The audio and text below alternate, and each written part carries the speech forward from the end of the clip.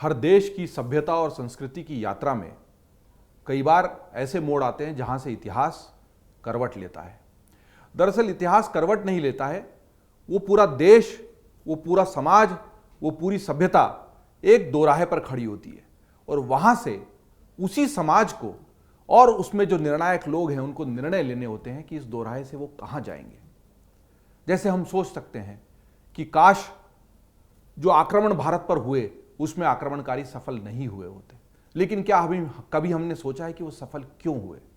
उसके जो महीन बिंदु हैं, दरअसल इतिहास की उन परतों के भीतर ही तथ्य छुपे होते हैं, सत्य छुपा होता है। हम ये हमेशा सोचते हैं कि काश भारत का विभाजन ही न हुआ होता। हम हमेशा सोचते हैं कि क्यों गांधी जी इस विभाजन के लिए तैयार हो गए, और ये सारे प्रश्न हमारे दिमाग को मथते रहते हैं। बहरहाल जो हो गया वो हो गया, लेकिन जब तक हम ये नहीं समझेंगे कि जो हुआ वो क्यों हुआ, तब तक हम अपनी भविष्य की यात्रा को भी बेहतर तरीके से तय नहीं कर पाएंगे। हाल ही में एक film I the Kashmir files, और उसने पूरे देश को आलोड़ित कर दिया, देश को आंदोलित कर दिया। और इस पूरे देश ने देखा कि 1990 में इस देश का जो ताज हम कहते हैं माथे का, कश्मीर जिसको धरती का स्वर्ग कहा जाता है, जिसके बारे में हमने तमाम बातें सुनी है और उसके सुंदर सुंदर मनोहारी दृश्य देखने के बाद अचानक हमने खून से सनी वादियां देखना शुरू कर दी, बंदूकें देखना शुरू कर दी, और बर्फ का रंग वहां पर अचानक लाल होता चला गया। उस कश्मीर को हम अपने जहन से अलग कर पाते या कुछ और सोच पाते, उसके पहले हमको झकझोर देने वाली ये फिल्म आई, और अब हम सबको लगता है कि 1990 में जो कुछ कश्मीर में हुआ वही वहाँ का सबसे बड़ा सच है। और जब हमको वहाँ के रहने वाले उन कश्मीरी पंडितों ने, जिन्होंने इस यथार्थ को भोगा है, सब कुछ बताया, तब हमको समझ में आया कि जो फिल्म में दरअसल पर्दे पर दिखाया गया है वो जो कुछ भी हुआ उसका 1% भी नहीं है। लेकिन इस पूरे देश ने और इस पूरी दुनिया ने दरअसल सिनेमा घरों में बैठे या अपनी अपने घरों में स्क्रीन के सामने बैठे उन कश्मीरी पंडितों को देखा जिनके लगातार आंसू बह रहे थे। लेकिन इस देश ने अगर नहीं देखा तो वो ये कि जिन कश्मीरी पंडितों की आंखों से आंसू बह रहे हैं, कभी उन आंखों से दहकते अंगारे भी निकले थे। इसी कश्मीर की वादी में 1967 में एक ऐसा बड़ा आंदोलन खड़ा हुआ था जो पूरे कश्मीरी पंडितों के पुरुषार्थ का एक प्रतीक बनकर रह गया। लेकिन ऐसी कहानियां कई बार कई महीन परतों के बीच में दफन होकर रह जाती हैं, और वो कहानियां सुनाने के लिए कोई आशीष कौल हमें चाहिए होता है, जो ये बताता है कि 1967 में कश्मीर में जो परमेश्वरी आंदोलन हुआ था वो क्या था। जी हाँ, मेरे साथ हैं आशीष कौल जी। आशीष जी, आपका अमर उजाला के इस विशेष कार्यक्रम में स्वागत है, जहां पर हम पुस्तक पर चर्चा करते हैं। बहुत बहुत धन्यवाद आपका जयदीप भाई, thank you very much for having me. बहुत बहुत धन्यवाद आपका। आशीष कौल जी दरअसल अपनी 5वीं पुस्तक 1967 कश्मीर का परमेश्वरी आंदोलन, इसके साथ हम सबके बीच में है। दिल को झकझोर देने वाली किताब है, और जब मैंने इस किताब को पढ़ा तो मुझे लगा कि हम अपने मुल्क के बारे में, अपनी संस्कृति, अपने भाई बंध जो इस देश में रहते हैं उनके बारे में कितना कम जानते हैं, और क्या किसी फिल्म की ज़रूरत पड़ेगी फिर से जो हमको कश्मीर में हुए इस परमेश्वरी आंदोलन के बारे में बताएगी। मैं बहुत आभारी हूँ आशीष भाई की कि उन्होंने ये पुस्तक लिखी और हमें भेंट की, और मुझे लगता है कि इस तरह की पुस्तकों की आज बहुत ज़्यादा आवश्यकता है। आशीष भाई, आप इसके पहले भी कई पुस्तकें लिख चुके हैं, इस नई पुस्तक के साथ एक बार फिर से आपका स्वागत है। और मैं आपको सबसे पहले तो इस बात के लिए बधाई दूंगा कि आपने अपनी खोज, अपनी मेहनत के साथ इस पुस्तक को लिखा। सबसे पहले ये बताइए कि इस पुस्तक को लिखने का ख्याल आपके मन में कैसे आया? जी, सबसे पहले जयदीप भाई, जैसा आपने बताया 1990 का नैरेटिव हम सब जानते हैं, और सारा देश अब कश्मीर फाइल के माध्यम से ये बात को भी अच्छे से समझता है कि हमने क्या झेला।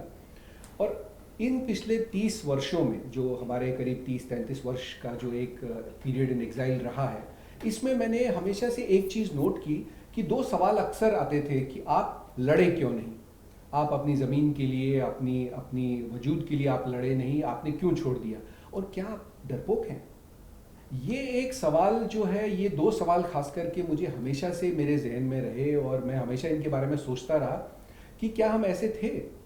और फिर इसको जब मैंने सही समय पे जब मैंने इसको परमेश्वरी आंदोलन से, क्योंकि ये जहाँ की ये घटना है वही हमारा घर है, जिस मोहल्ले की ये कहानी है, शीतलनाथ का एक बहुत भव्य मंदिर वहाँ पे है, भगवान शिव का एक मंदिर है, उससे इर्द गिर्द जो लगा हुआ मोहल्ला है, वहाँ की कहानी है। ये कहानी हमने बचपन से ज़रूर सुनी, पर ये कहानी का, वो कहते हैं कभी कभी कि हर चीज़ का एक टर्निंग पॉइंट आता है, और सही समय पे ईश्वर आपको रास्ता दिखाते हैं कि अब ये सही समय है इस पे बात करने का।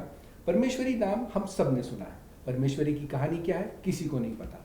और जबकि हमारे प्रांगण में, मंदिर के प्रांगण में एक शिलालेख है जो परमेश्वरी आंदोलन को समर्पित है उन शहीदों के लिए जिन्होंने वहाँ पे इस आंदोलन में अपनी जान की आहुति दी। और बहुत दिलचस्प वाकया है इस पुस्तक में आशीष भाई जो आपने बयान किया है। जो लोग अमरउजाला.com के इस विशेष पुस्तक चर्चा वाले कार्यक्रम को देख रहे हैं, मैं उनको बता दूं कि एक 17 बरस की युवती थी परमेश्वरी हांडू। वो घाटी से अचानक गायब हो जाती है और उसको ढूंढने के लिए और उसको वापस लाने के लिए पूरा कश्मीरी पंडित समाज जो है वो इकट्ठा हो जाता है, न केवल सड़कों पर आता है। और जिस शीतलनाथ मंदिर की ये बात कर रहे हैं, उस मंदिर का जो सजीव वर्णन इस पुस्तक में है, उसकी महत्ता जिस तरीके से बताई गई है, उस समय का जो यथार्थ बताया गया है, वो रोंगटे खड़े कर देने वाला है। एक महत्वपूर्ण बात मैं इस पुस्तक चर्चा पर इसलिए बीच में रोका आशीष भाई आपको, कि जिन परमेश्वरी हांडू को लेकर ये पुस्तक है, वो उनसे आशीष भाई मिलकर आए हैं जिनको बहुत समय तक लोग ढूंढ नहीं पाए थे और जिनको ढूंढने के लिए पूरा आंदोलन हुआ। जी। आपका उनसे मुलाकात का अनुभव कैसा रहा? उस बारे में मैं ज़्यादा बात नहीं कर सकता क्योंकि वो उनका अनुरोध था, लेकिन जो निष्कर्ष था इस किताब में, उसका एक बहुत बड़ा हिस्सा मैं वैलिडेट कर पाया। उनके कॉन्वर्सेशन का जो एक बहुत छोटा सा कॉन्वर्सेशन था, खैर उसको मैं रेफर ही नहीं करना चाहता, बट जो मेरी रिसर्च थी वो उस छोटी सी एक बातचीत में वैलिडेट हुई। जो मेरी अपनी रिसर्च रही, कई साल मुझे लगे उन तथ्यों को खोजने में और उसको एक क्रोनोलॉजिकल ऑर्डर में बिठाने के लिए कि कहाँ क्या घटा। और इस चीज़ को लेकर के, इस आंदोलन को लेकर के सबसे इम्पॉर्टेंट चीज़, जैसा आपने बताया जयदीप भाई, कि ये कहानी, ये एक इंसिडेंट था क्या। एक अचानक से एक 17 साल की लड़की जिसके आगे पीछे कोई नहीं है, जिसके पिता का देहांत हो गया है, केवल एक बुजुर्ग माँ उनकी थी, एक बूढ़ी माँ उनकी थी, और अचानक से ये लड़की इतनी बहादुर है। कश्मीर की महिलाएं जनरली इन जनरल बहुत बहादुर थीं और हमेशा से अकेले काम करती थी। मुझे 90 के बाद ये समझ में आया कि हमारी महिलाएं और देश की बाकी महिलाओं में बहुत फर्क है। जिस तरीके से आप बता रहे हैं कि कश्मीर में हमेशा महिलाओं का सम्मान रहा, उनको बराबरी का ही दर्जा रहा, ऐसा नहीं रहा कि उनको दोयम दर्जा मिला हो, या बराबरी भी नहीं, मेरे ख्याल से चलती ऊपर उनकी। अच्छा। अक्सर मैं हैरत करता हूँ, लोग कहते हैं कि साउथ में मैट्रियार्कल सोसाइटी है, पर ऐसा नहीं है। वहाँ इसलिए मैट्रियार्कल सोसाइटी क्योंकि पुरुष ज्यादातर मिडिल ईस्ट में काम करते हैं। अगर आपको सही मायने में ये देखना हो कि समाज को चलाने वाला व्यक्ति कौन है, तो आप कश्मीर में अगर जाते तो आपको दिखता कि मेन समाज को चलाने वाली डिसीजन मेकर एक महिला थी और उसके डिसीजन के आगे सब नतमस्तक होते थे। ये भी दिलचस्प तथ्य। देखिए, और उसी समाज से एक महिला का गायब हो जाए, युवती 17 वर्षीय जो नाबालिग है अभी। जी। और देखिए, क्या समाज में हिंदू मुस्लिम में शादियां नहीं होती थी? ऐसा नहीं है, बिल्कुल होती थी। उनको पब्लिक एक्सेप्टेंस भी मिलती थी। यहाँ पे अनयूजुअल ये था कि उसकी एक बुजुर्ग माँ है जो उस पर आश्रित है, उसको ये नहीं पता मेरी बेटी निकली, वो गई कहाँ। और अचानक से ये खबरें आई कि उसने शादी कर ली। अब ये बात, उसने शादी कर ली, शायद इसमें सच था या नहीं था, पर वो शादी उसने कर ली और उसने अपने मुंह से नहीं बताया कि उसने शादी कर ली। उसने अपनी माँ, अगर वो इतनी बहादुर लड़की थी, अगर इस बात को ये कहा जाए कि ये बहादुरी की एक उसने बात करी थी, जबकि इसमें कोई बहादुरी की बात नहीं थी, तो उसको अपनी माँ से बात करने में कौन सी, नहीं, और इस तरह का दबाव भी उस वक्त था ही ना, इसलिए ये मानने का कोई कारण नहीं था कि उसको अगवा नहीं कर लिया गया हो, उसके साथ जबरदस्ती नहीं की गई हो। और इस जमाने में तो जो शब्द अब चलन में आ गया, मुझे लगता है उस जमाने में नहीं भी आ गया, लव जिहाद वाला। बिल्कुल। तो लव जिहाद अब एक चलन में आ चुका शब्द है और बाद में पता भी चला है, अब तो कानून भी बन गया खैर लव जिहाद को लेकर। की बड़ी इंटरेस्टिंग बात आपने छेड़ी कि वो ये बात को भी अगर हम 90 से जोड़ के देखें, जो कश्मीर में पहले होता है वही हिंदुस्तान में बाद में होता है। अब देखिए, पहले हाईजैकिंग हुई, पहले केसेस ऑफ हाईजैकिंग जो हुए वो कश्मीर से हुए, सरकार सोती रही। टेररिज्म की घटनाएं कश्मीर से हुई, सरकार सोती रही कि वहाँ लोकल मसला है। लव जिहाद 1967 का, जिसने पूरे देश को हिला दिया, वो कश्मीर में होता रहा और सरकार सोती रही। और बल्कि सरकार ने उस एजिटेशन को फेल किया, उसको फिजल आउट करने में सरकार ने, उसका जिक्र है आपके पुस्तक के पन्नों में। तो यहाँ पे दिक्कत ये कि अब ये आंदोलन जो हुआ ये उसकी माँ की वजह से हुआ, क्योंकि उसकी माँ ने कहा मुझे नहीं पता मेरी बेटी कहाँ है, अगर इसमें कोई सच है मुझे ये, मेरी बेटी मेरे सामने आके ये बात को वो कह दे कि भाई उसने मर्जी से की, तो कोई दिक्कत। हाँ, ये वो भी। और बल्कि मैं उसके शुरुआती दृश्य पर ले जाऊंगा जो बिल्कुल हिला देने वाला है। ये परमेश्वरी हांडू का जो पूरा केस बिल्ड हुआ है तो बाद में हुआ है पुस्तक में। एक बहुत छोटी सी बच्ची, शायद 3.5-4 साल की बच्ची, जिसको लेकर मतलब उसके माँ बाप, और उसके माँ बाप, आप देखिए कि हिंदुस्तान अगर अपनी संस्कृति के साथ आज भी खड़ा है तो किन लोगों की वजह से, कि उनके सामने उनकी छोटी बच्ची को मार देने की धमकी दी जा रही है और मार भी दिया था आखिर में चटाई में लपेट के। और उसके बावजूद तो उसके माँ बाप कहते हैं कि हम आपकी जिद, जो कट्टरपंथी लोग थे उनकी जिद हम नहीं मानेंगे, हम आपकी बंदूक की नोक पर धर्म परिवर्तन नहीं करेंगे। तो इसका मतलब आपने ये बताने की कोशिश की कि इस तरह की घटनाओं के बरअक्स ही ये परमेश्वरी हांडू का पूरा आंदोलन खड़ा हो, क्योंकि ऐसा घटना हो रही है और वो भी उस शीतलनाथ मंदिर के प्रांगण में, सामने की झील में। वो घटना जो आपने पुस्तक में वर्णन की है, मुझे पता नहीं उसका क्या जमीनी तथ्य है, लेकिन वो बहुत, मुझे घटना वो हिला गई। किताब की ओपनिंग ही आपकी इतनी हिला देने वाली है ना कि उस छोटी देखिए उसका रिलेशनशिप, एक कश्मीर में एक बड़ा शब्द एक प्रचलन में है जो ठेठ कश्मीरी लोग जानते हैं, उसको वतलबुज कहते हैं। अच्छा, वतलबुज का जो गेम है अफगानों के दौर से कश्मीर में खेला जाने लगा। खेल है, इसको ऑफिशियली खेल कहते थे और ये मनोरंजन के लिए खेल था कि आखिरी अफगान गवर्नर जब डल झील के किनारे पे दारा शिकोह का महल था जिसको परी महल कहते हैं, वहाँ पे बैठते थे और जो हिंदू धर्म परिवर्तन के लिए मना कर देते थे। और फरमान थे, करीब 13-14 फरमान थे, जिनमें से एक आधा मैं आपको बताता हूँ कि ये भी फरमान था कि अगर आपके घर में किसी की मौत हो गई है तो आप रो नहीं सकते थे, अगर आप रोते हुए पकड़े गए तो आपको मौत की सजा दी जाएगी। बड़े विचित्र ये फरमान था। और इसमें कई सारे ऐसे फरमान थे कि हिंदू अगर घर से बाहर निकलता है तो कोई भी उसके कंधे पे चढ़ सकता है, और फरमान ये था कि आपको उसको वहां तक छोड़ के आना पड़ेगा, नहीं तो आपकी गर्दन कटेगी। तो जो मानते नहीं थे धर्म परिवर्तन, उनको क्या करते थे, चटाई में लपेटते थे और उनसे आखिरी बार पूछा जाता था मरोगे या इस्लाम कबूल करोगे, और वो कहता था नहीं करूंगा, तो उसको डल लेक में फेंका जाता था। Law buoyancy whatever goes down will keep on coming up. अब घास है वो धीरे धीरे पानी सोखेगी, उसके ऊपर शर्त लगती थी। तो लोग वहां जितने मनोरंजन के लिए उस समय का समाज जो था वो खड़ा होता था, वो गिनता था 1 2 3, उसमें शर्त लगती थी वो कितने में डूबेगा। वो गेम था वतलबुज। बाप रे। ये धर्म परिवर्तन का डल लेक में, जब अक्सर मुझे बड़ा दुख होता है कि जब टूरिस्ट जाते हैं शिकारा में मजा लेते हैं डल लेक का, वो नहीं जानते कि नीचे कितनी लाशें दफन है। वो हिंदुओं की सबसे बड़े कब्रिस्तान के ऊपर तैर रहे होते हैं। बहुत दुर्भाग्य। जहां हमारा साहित्य, हमारे लोगों की लाशें उस डल लेक में दफन है, जिसको लोग नहीं जानते। खैर, तो यहाँ पे वापस अगर आए हम परमेश्वरी की कहानी पे, तो ये लड़की जब गायब हो जाती है तो समाज का ये कहना था कि भाई लड़की वापस लाओ। चाहे वो प्रशासन से गुहार लगाई गई या पुलिस से गुहार लगाई गई, कभी भी देखिए 50 के बाद प्रशासन और वहाँ की पुलिस जो थी, उस समय की पुलिस जो थी, वो टोटली प्रशासन के कंट्रोल में थी और वो एक 4 pronged स्ट्रैटेजी जो अपीजमेंट की स्ट्रैटेजी थी उस पे काम कर रही थी। और उन्होंने टोटली कोऑपरेट करने से मना कर दिया। उन्होंने कहा आप खामखा इस बात का पतंगड़ बना रहे हैं, वो तो प्यार में लड़की थी, वो चली गई, तो आप क्यों नाराज हो रहे हैं? हाँ, तो हमने कहा ठीक है, तो लड़की को लाइए, बुलाइए, लड़की को प्रोड्यूस कीजिए, हमारे पास नहीं लाइए, माँ के पास ले जाइए। ये चीज नकारी गई और इसी चीज पे आंदोलन की नींव पड़ी। उन 5 लड़कों ने उस आंदोलन की नींव रखी जिसका नारा दिया गया, 5 नारे पांडवा दे, छठा नारा जय हिंद। हिंदुस्तान में जो कश्मीर है उसने इस देश के लिए बहुत कुछ किया जो देश ने बुला दिया। आपने वो जवाहर नाम का जो चरित्र बुना है, निश्चित तौर पर उसके अंदर कैरेक्टर, जी, तो उसका सिंबॉलिक रिप्रेजेंटेशन ये था कि 5 लोग गांधी जी से कह सकते हैं, गांधी के सत्याग्रह से प्रेरित होकर वो 5 लोग धरने में बैठते थे और तब तक बैठे रहते थे जब तक पुलिस आके उनको मारती पीटती नहीं थी, उनकी टांगे तोड़ते हुए, घसीटते हुए उनको जेलों में बंद करती थी।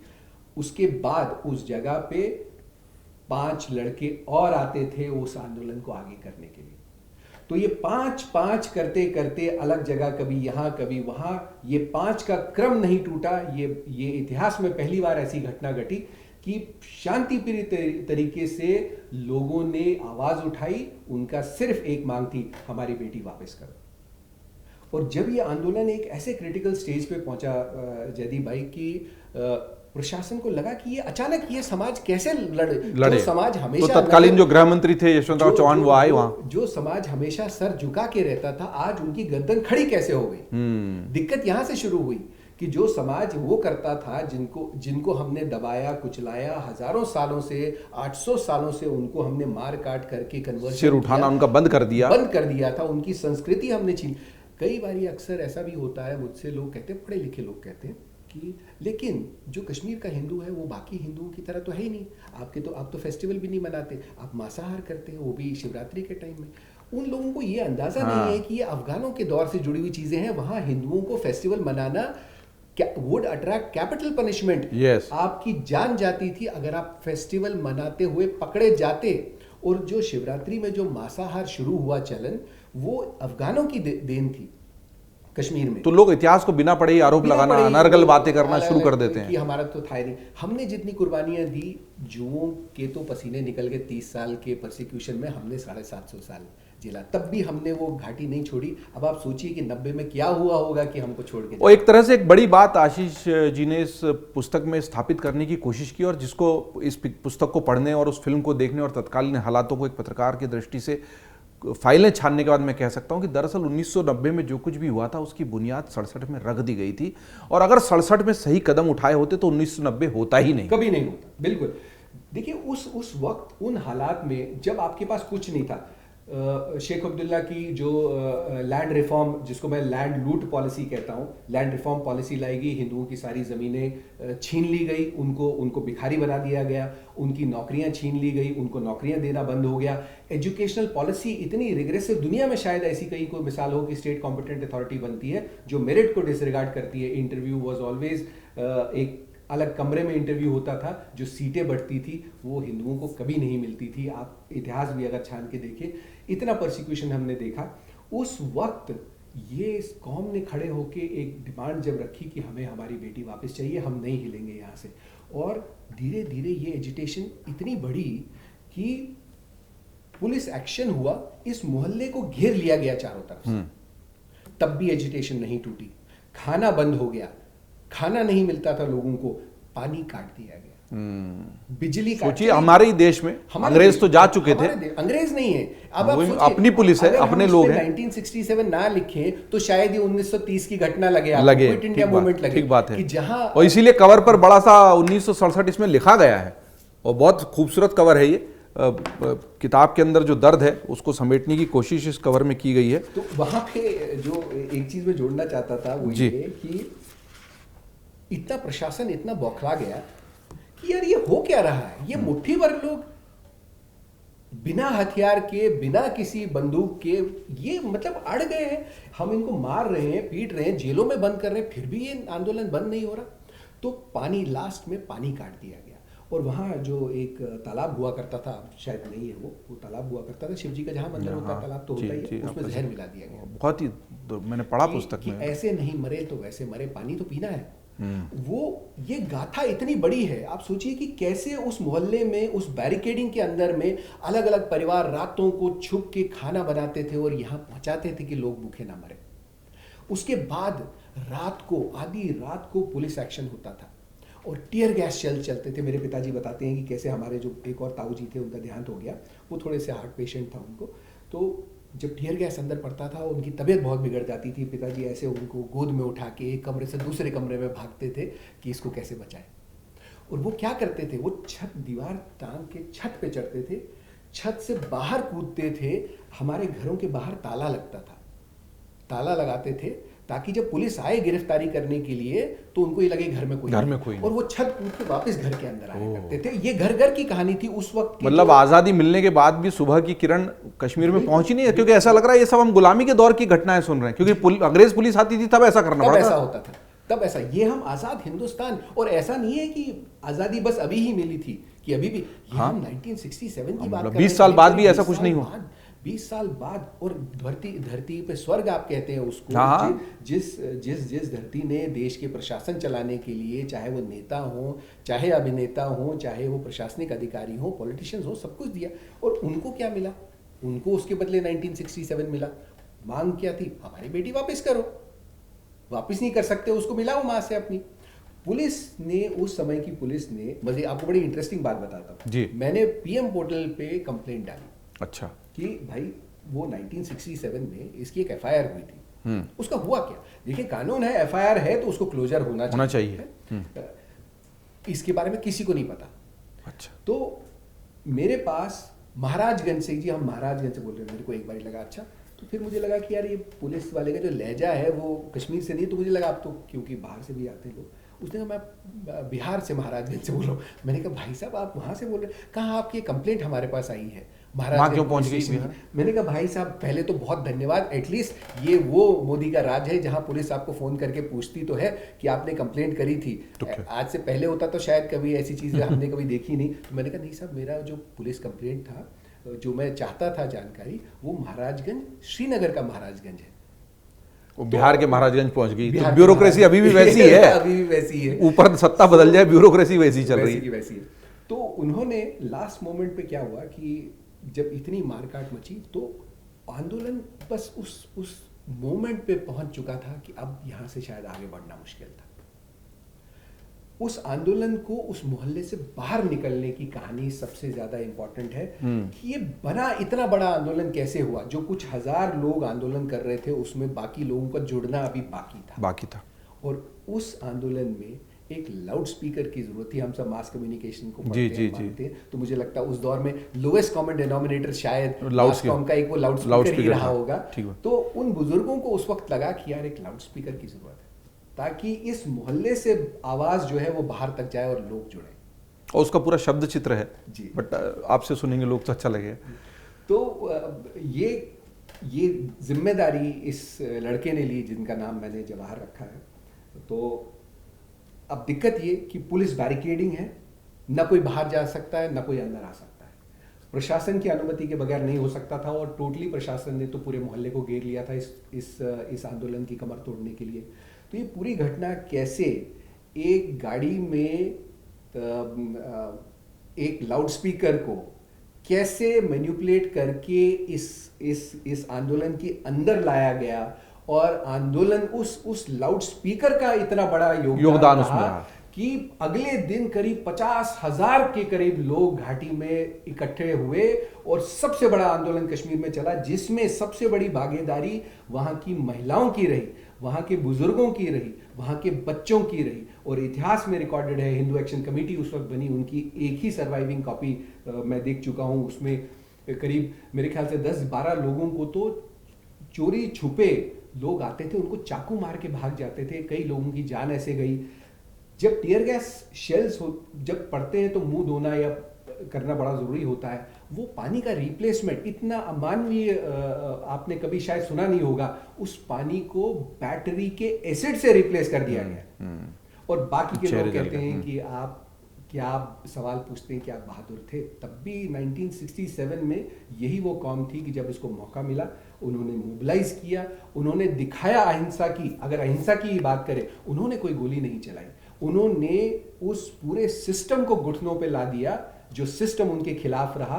पिछले 750 सालों से वो सिस्टम उनके खिलाफ रहा। उन्होंने उसी सिस्टम को घुटनों पे ला दिया क्योंकि वो बेटी की इज्जत की बात थी। और वो बेटी जिसमें से शायद उन आंदोलनकर्ता जो थे उसमें से 99% लोग ना कभी उससे मिले होंगे ना कभी उसको देखा होगा। खैर उसके बाद वो कभी मिली ही नहीं। वो मिली ही नहीं, लेकिन उनको इतिहास के पन्नों से निकालकर किताब के रूप में सब तक पहुंचाने का एक बड़ा काम आशीष भाई ने किया है। आशीष भाई से ये बात इतनी लंबी चल सकती कि शायद एक किताब भी उसके लिए नाकाफ़ी है, लेकिन मैं ये ज़रूर निवेदन करूंगा जिन लोगों की भी थोड़ी बहुत इतिहास में रुचि है और जो फिल्मी पर्दे से परे जाकर भी इतिहास की परतों को खंगालना चाहते हैं, वो इस तरह की पुस्तकों को ज़रूर पढ़ें। कुछ बातें आशीष भाई से बातचीत के माध्यम से सामने आई हैं, कुछ बातें इस पुस्तक में अभी भी ऐसी हैं जो आपको भीतर तक हिला देगी। लोग मानते हैं कि 1990 में कश्मीरी पंडितों का वहाँ से जो बाहर निकलना था उसको पलायन लोग कहते हैं। मैं पलायन शब्द को गलत मानता हूँ। ज़बरदस्ती गोलियों के दम पर उनको बाहर भगाया गया है और इस भगाए जाने को लेकर अगर सब चुप हैं तो वो बहुत गलत बात है। एक आखिरी सवाल आशीष भाई, चूँकि कश्मीरी पंडितों का मुद्दा इस फिल्म के माध्यम से ही सही मुख्य धारा की बहस में आया है, लोग मानते हैं कि 1990 में ही ऐसा हुआ, लेकिन जितने भी कश्मीरी पंडितों से मैंने बात की है पिछले कुछ समय में, आप भी जानते हैं दिलचस्पी लेकर इस विषय को कवर करने की कोशिश की है, 7 बार, इसीलिए आप उसको 7th एक्सोडस कहते हैं। तो इसकी एक सिलसिलेवार बहुत संक्षिप्त जानकारी अगर आ जाए तो वो भी इस बातचीत के जरिए दर्ज हो जाएगी कि 7 बार इस तरह के हमले, अपने ही घर से भगाए जाने के कृत्य को सहने के बाद भी अगर पूरे स्वाभिमान से ये कौम खड़ी है तो इस देश के लोगों को अपने ऐसे बंधु बांधवों पर न केवल नाज होना चाहिए बल्कि इनकी सहायता के लिए और इनके हक की लड़ाई के लिए हम जो कर सकें वो भी करना चाहिए। लेकिन आप जान लीजिए कि अपनी ज़मीन से 7 बार बेदखल होने के बाद भी इन लोगों के अंदर अपनी ज़मीन के प्रति वो प्रेम न खत्म हुआ है और जिद है कि उसको खत्म होने भी नहीं देंगे। बिल्कुल नहीं होने देंगे। और ये करीब ये लगातार by the end of 10th century ये सिलसिला शुरू हुआ। और इसको कहेंगे क्या कहें, आयरनी कहें, ट्रैवेस्टी कहें, एक मजाक कहें कि 2 रेफ्यूजी कश्मीर में आए, एक रिंचन और एक शामिर। रिफ्यूजी बन के आए, कश्मीर में असाइलम मांगने के लिए आए, और उनकी वजह से अगले 1000 साल में वहाँ के जो मूल निवासी थे उनको पूरी दुनिया में एज ए रेफ्यूजी बना दिए। और आपने रेफ्यूजी कैंप नाम से एक पुस्तक भी लिखी है जिसका कुछ अंश आपने फिल्म में देखा है, लेकिन वो पूरी पुस्तक उसको कहीं बेहतर गहराई के साथ वर्णन करती है। तो ये लगातार 10वीं शताब्दी के बाद में हर 50-100 एक साल बीच में सिर्फ एक ऐसा पीरियड था जिसमें सिख रूल जब था, तब एक वो माइग्रेशन को थोड़ा बहुत एक वो कम हुआ उस वक्त। फिर ज़ैनुल आबदीन बदशाह का समय जब आया तब एक स्टेटस को आपको मिला। अब एक बड़ी इंटरेस्टिंग आपको बात बताता हूँ कि शायद ही दुनिया में किसी कौम ने अपने कल्चर, अपनी ज़बान की कुर्बानी दी हो वहाँ रहते हुए। हम अगर अपनी धरती से आज बाहर हैं और कश्मीरी नहीं बोल पाते हैं, उसको शायद जस्टिफाई किया जा सकता है। कश्मीर में रहते हुए कश्मीरी की कुर्बानी देना, आप समझते कितनी बड़ी बात है। वो कश्मीरी पंडित ही था जिसने फारसी सीखी सिर्फ इसलिए कि उसका वर्चस्व अपने देश में, अपनी घाटी में, अपनी मिट्टी में बना रहे, और उसकी बदौलत उनकी जीवनी अस्तित्व का संकट था उन्होंने सीखी। अच्छा, ये 1990, मैं हमेशा ये कहता हूं कि 1967 को सरकार ने फेल किया। अगर सरकार ने 1967 फेल नहीं किया होता, 90 कभी नहीं होता, क्योंकि इस कौम ने 750 सालों के बाद में पहली बार अपने दम पे लड़ना सीख लिया था। न बंदूक की जरूरत, न चाकू की जरूरत, वो अपनी शक्ति, अपनी इच्छा बल से उन आतंकवादियों के उस बहुसंख्यक समाज की आंखों में आंखें डाल के खड़े हुए और उन्होंने उनको झुकाया। 1967 ने वो साबित किया कि numbers perhaps did not matter at that time, और उन्होंने उनको झुकाया। उस वक्त सरकार ने हमको धोखा दिया। वाई.बी. चौहान जब आए, उन्होंने एजिटेशन में वादे किए, उन्होंने कहा कि आपकी बेटी वापस आएगी। हाँ, वो समझौता हुआ, और समझौता हुआ उस वक्त। उसमें भी कई सारी पॉलिटिक्स हुई, हमसे भी कई गलतियां हुई, लेकिन वो वादा किया गया। हम पे इल्जाम ये जरूर लग सकता है कि हम वादों की कद्र करते हैं, और जो वादे 1967 से लगातार चलते रहे, 90 आया, वो वादे कभी पूरे नहीं हुए, और आज 33 साल हो गए, उनमें से कभी कोई वादा पूरा नहीं। वादों और आश्वासनों की वजह से राजनीति चलती है, लेकिन वादों और आश्वासनों के पूरा नहीं होने से ही एक टीस है जिससे इस पुस्तक की शुरुआत की है। दिनकर जी की पंक्तियां हैं जिसको लिखा है, मैं बताऊंगा कि ये पंक्तियों से शुरुआत क्यों की आशीष भाई ने। क्षमा शोभती उस भुजंग को जिसके पास गरल हो, उसका क्या जो दंतहीन विषहीन विनित सरल हो। 3 दिवस तक पथ मांगते रघुपति सिंधु किनारे, बैठे पढ़ते रहे छंद अनुनय के प्यारे प्यारे। उत्तर में जब एक नाद भी उठा नहीं सागर से, उठी अधीर धधक पौरुष की आग राम के शर से।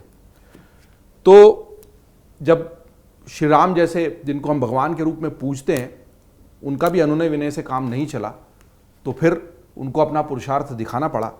और इसीलिए मैंने शुरुआत में बात कही थी कि जब आपने सिनेमा घरों में अपनी आंखों से अश्रुधारा बहाते हुए कश्मीरी पंडितों को देखा, तो उनकी आंखों से निकले हुए उन धधकते अंगारों को भी देखना जरूरी है।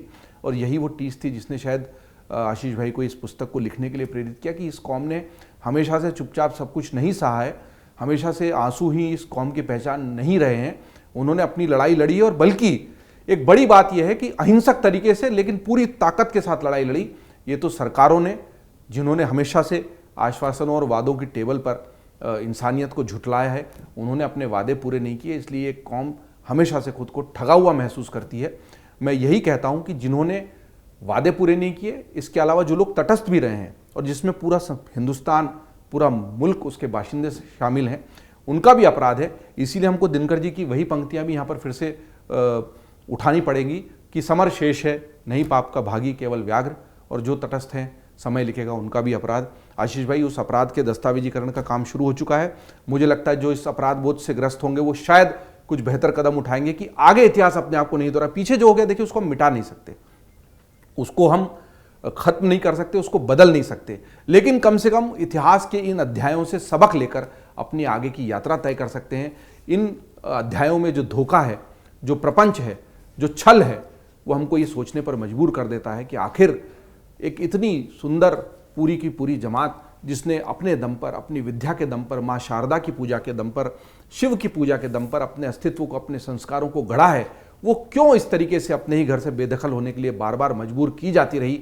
और अगर अभी भी हम लोग सचेत नहीं हुए तो निश्चित ही इस कौम की इस लड़ाई में साथ नहीं देने का पाप हम सबको भुगतना पड़ेगा। आशीष भाई, एक बार फिर आपको पुस्तक की बधाई। हाँ जरूर आप, और इसका कोई हिस्सा अगर आप पढ़ना चाहें जो आपको सबसे अच्छा, जो आपको सबसे अच्छा लगता हो, क्योंकि हमारी पुस्तक चर्चा में अक्सर हम ये भी करते हैं कि लेखक को जो हिस्सा सबसे अच्छा लगता है उसकी कुछ पंक्तियां अगर वो पढ़ दें तो ये हमारे पास वीडियो में भी रिकॉर्डेड रहती हैं। मुझे लगता है कि जो इसका, जब मैं वो जिसको कहते हैं कि ऑथर्स नोट कह लीजिए, हाँ, वो मुझे बड़ा प्रिय है इसका। जब मैंने लिखा था, क्योंकि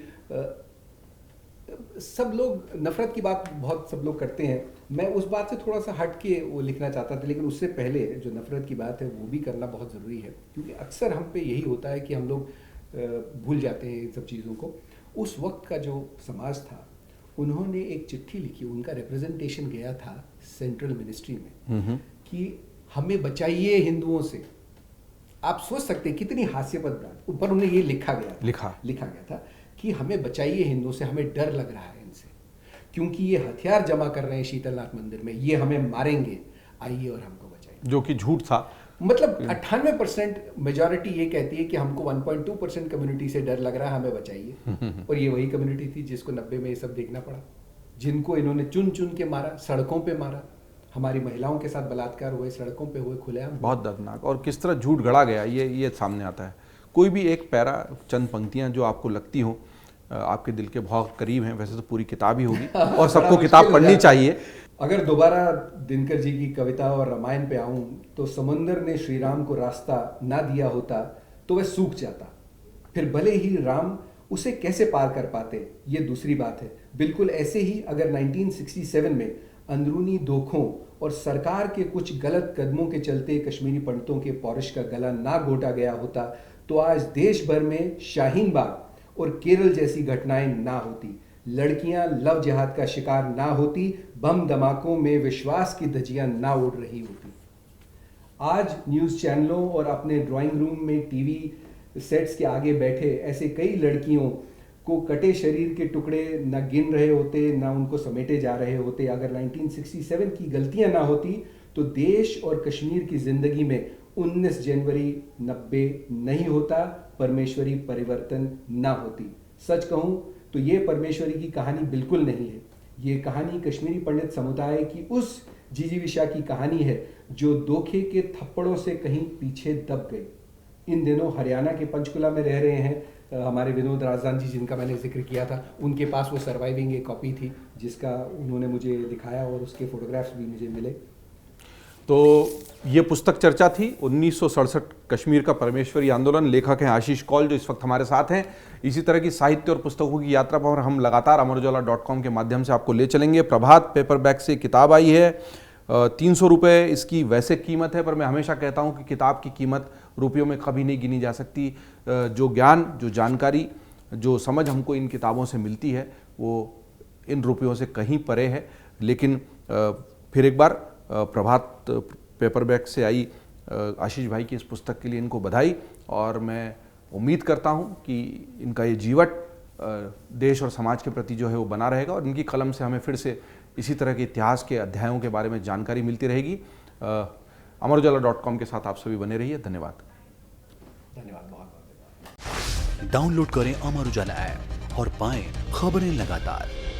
अगर आप ये वीडियो YouTube पर देख रहे हैं तो हमारे चैनल को सब्सक्राइब करें और बेल आइकन को दबाना ना भूलें। अगर आप Facebook पर ये वीडियो देख रहे हैं तो हमारे पेज को लाइक करें।